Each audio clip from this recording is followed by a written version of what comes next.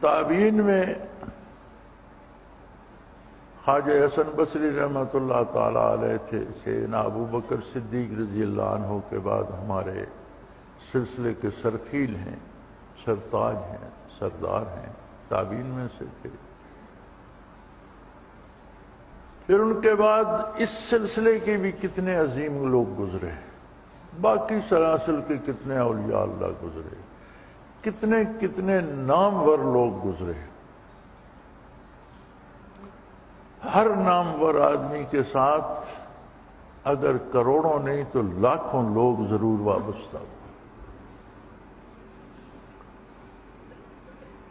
عجیب بات یہ ہے، پوری تاریخ تصوف دیکھ لیجئے، کیفیات قلبی اور ذکر قلبی بڑے سے بڑے ہستی نے بھی 4 5 10 آدمیوں کو سکھا دیا، باقی کو زبانی اصلاح پہ رکھا، اوراد و وظائف تسبیحات بتائیں، نماز روزے کی تلقین کی۔ یہ دولت عام نہیں ہوئی 2 4 5 لوگوں کو۔ خواتین کا باب جب ہم دیکھتے ہیں تو ہمیں پوری تاریخ تصوف میں مڑ توڑ کے حضرت ایک رابعہ بصری رحمۃ اللہ علیہ کا نام نامی ملتا ہے خواتین میں، اور کوئی قابل ذکر نام تاریخ تصوف میں نہیں ملتا۔ وہ بھی حضرت حسن بصری رحمۃ اللہ علیہ کی نظر کرم کی مرہون منت تھی، انہیں کی شاگرد رشید تھیں۔ تو ایک خاتون کو انہوں نے توجہ دی اور گنتی کے مردوں، باقی کو ظاہری اصلاح پہ رکھا۔ وجہ کیا تھی؟ وجہ یہ تھی کہ زمانہ نیکی کا تھا، کثرت بھلے لوگوں کی تھی، برائی کم تھی، ضرب پڑی تھی برائی پر محمد الرسول اللہ صلی اللہ علیہ وسلم کی تلوار کی، اور برائی کم ہو گئی، بہت کم ہو گئی تھی، چیزیں ظاہری اعمال سے بیلنس رہنے لگ گئی۔ اب نوبت یہاں پہنچ گئی ہے، برائی اتنی بڑھ گئی ہے کہ اب لوگ برائی کو برائی نہیں کمال سمجھتے ہیں۔ آپ کافروں کو تو جانے دیجئے، وہ تو ہیں کافر، ہر برائی کو اچھا سمجھنے ہیں، اور یہ تو اللہ کی سزا ہے کہ کافر کو برائی بھلی معلوم ہوتی ہے، یہ بھی اللہ کی ایک سزا ہے کہ وہ اسی میں لگا رہتا ہے۔ آپ مسلمانوں کو دیکھیے، آپ کو مسلمانوں میں لاکھوں ایسے لوگ ملیں گے جو قتل کر کے، ڈاکہ کر کے، لوگوں پر ظلم کر کے فخر کرتے ہیں، میں نے اتنے قتل کر دیے، میں نے اتنے ڈاکے کیے، میرا کسی نے کچھ نہیں بگاڑا۔ یہ آپ کے ملک میں کیا ہو رہا ہے؟ سینکڑوں لوگ روز مارے جا رہے ہیں، نہ مارنے والے کو پتہ ہے کہ میں نے کس کو گولی ماری، نہ مرنے والے کو پتہ ہے کہ مجھے کس نے گولی ماری۔ یہ تو فیصلہ قیامت کو ہوگا۔ اور پھر لوگوں کو اس پہ شرمندگی نہیں، مارنے والوں کو فخر ہے کہ میں نے یہ کر دیا، میں نے وہ کر دیا۔ برائی اس حد تک بڑی، اللہ کریم نے حضرت جی رحمۃ اللہ تعالی علیہ کی برکات کو عام کیا، اور حضرات و خواتین، مرد، عورتیں کیفیات اور انوارات سے سیراب ہونے لگے۔ اب یہ ایک ایسا اللہ والوں کا گروہ بن گیا ہے، اللہ کی شان ہے کہ یہ پوری دنیا میں موجود ہے۔ 2 ہیں یا 4 ہیں، 10 ہیں یا 5 ہیں، 500 ہیں یا 5000 ہیں، لیکن دنیا کا کوئی گوشہ ایسا نہیں ہے جہاں اب نسبت اویسیہ کے حاملین ذکر نہ کر رہے ہوں۔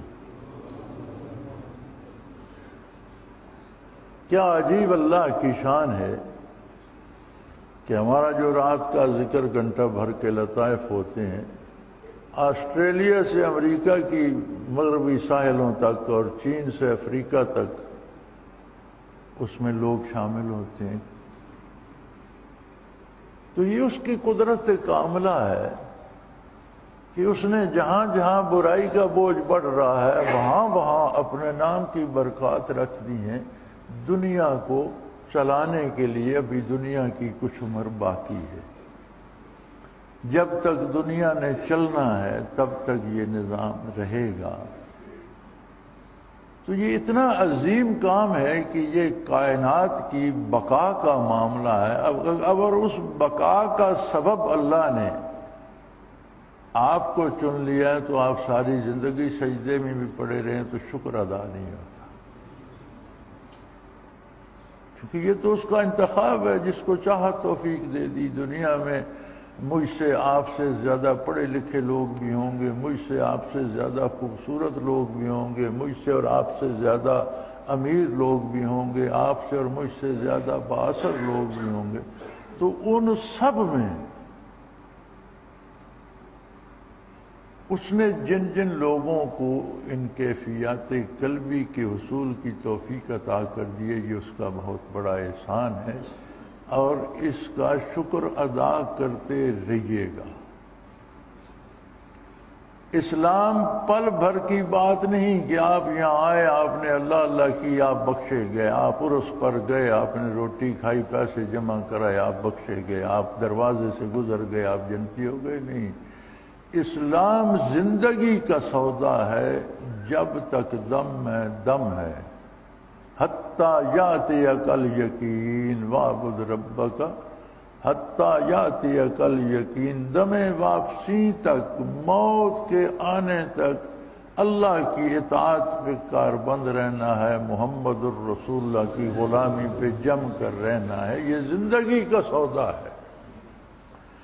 آپ نے زندگی محمد الرسول اللہ کے قدموں پہ قربان کر دی۔ یہ دنیا کی چند روزہ زندگی تھی، وہاں سے آپ کو آخرت کی دائمی زندگی باغ و بہار بن کے مل گئی۔ تو سودا سستا ہے۔ دینا ہم نے کیا ہے؟ ہمارے پاس دینے کو ہے کیا؟ صرف یہی کہ جھوٹ بولنا چھوڑ دیں، حرام کھانا چھوڑ دیں، تو یہ تو ویسے ہمارے لیے ضروری ہے۔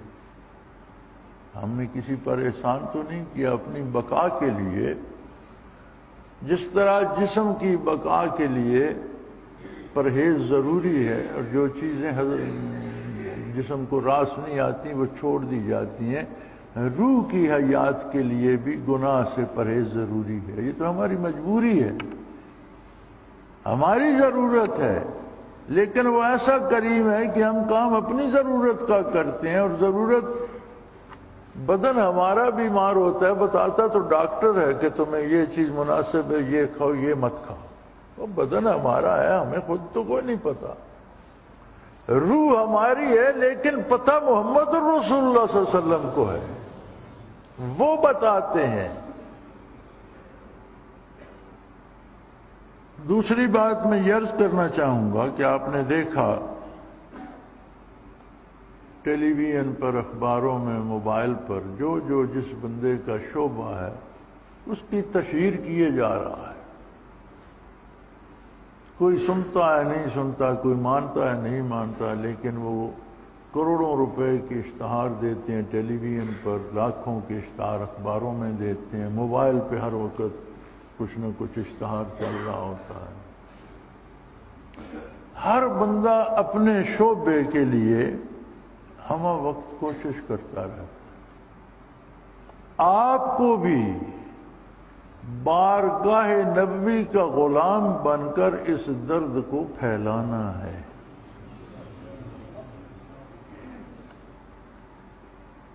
مولانا تھانوی رحمۃ اللہ علیہ سے کسی نے ان پر طعن کیا، یہ تھانوی صاحب لوگوں کو خراب کر رہے ہیں۔ وہ بھی ذکر اذکار بھی سکھاتے تھے، صاحب سلسلہ بھی تھے، یہ لوگوں کو خراب بھی کر رہے ہیں۔ تو وہ جہاں تشریف کسی نے آ کر بتایا کہ یہ فلاں بندہ کہہ رہا تھا کہ تھانوی صاحب لوگوں کو خراب کر رہے ہیں، تو انہوں نے ہنس کے فرمایا کسی نے ہمیں بھی خراب کیا تھا۔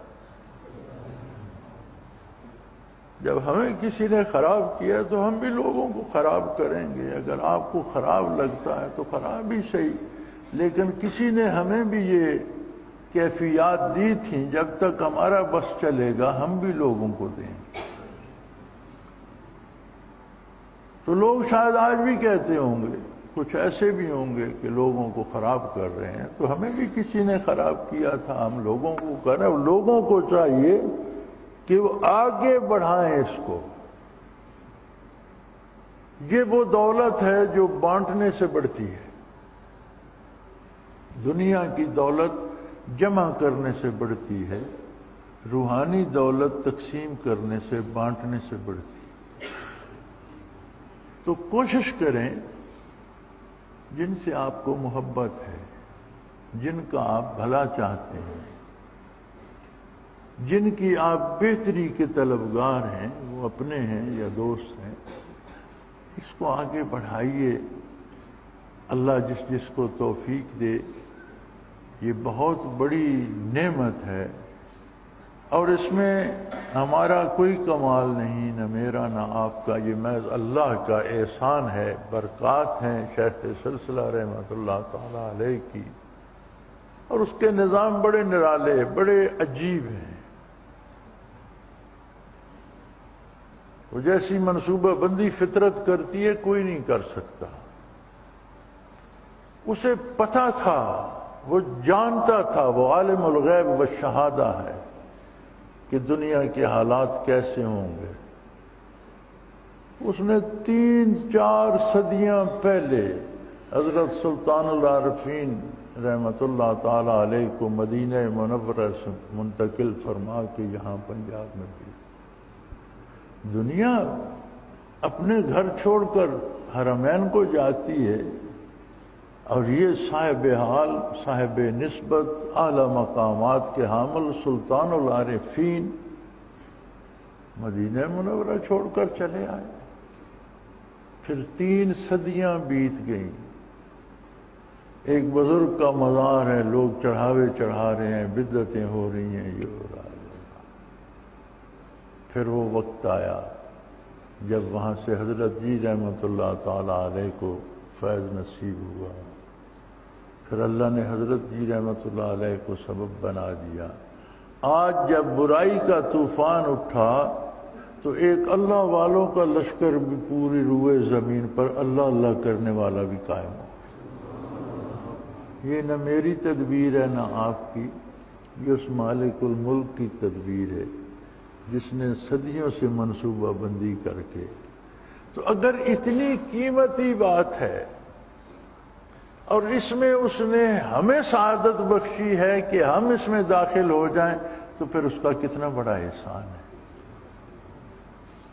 پھر یہ ہمارا کمال تو نہیں، یہ اس کی عطا ہے، اور اس نے ہمیں توفیق بخشی کہ اس عہد فاسق میں اللہ نے ہمیں اپنی انوارات و تجلیات سے روشن سینے اور قلوب عطا کیے، اور برائی کے معاملے میں نیکی کا پلڑا برابر رکھنے کا سبب بنا دیا۔ یاد رکھیں، جس دن کوئی اللہ اللہ کرنے والا نہ ہوگا، قیامت آ جائے گی۔ نبی علیہ الصلوۃ والسلام سے عرض کیا گیا کہ رسول اللہ قیامت کب قائم ہوگی؟ فرمایا حتیٰ لا یقال اللہ اللہ، کما قال رسول اللہ صلی اللہ علیہ وسلم، کہ جب کوئی اللہ اللہ کہنے والا نہیں ہوگا قیامت آ جائے گی۔ تو میرے بھائی، میں کوئی تقریر نہیں کرنا چاہتا، نہ کر رہا ہوں، بات سمجھانا چاہتا ہوں۔ میں چاہتا ہوں کہ آپ اس کی قیمت کو جان لیں، اس کی اہمیت کو سمجھ لیں، اس کی حفاظت فرمائیں، اور اسے عام کریں اور اللہ کے بندوں تک پہنچائیں۔ یہ سعادت بھی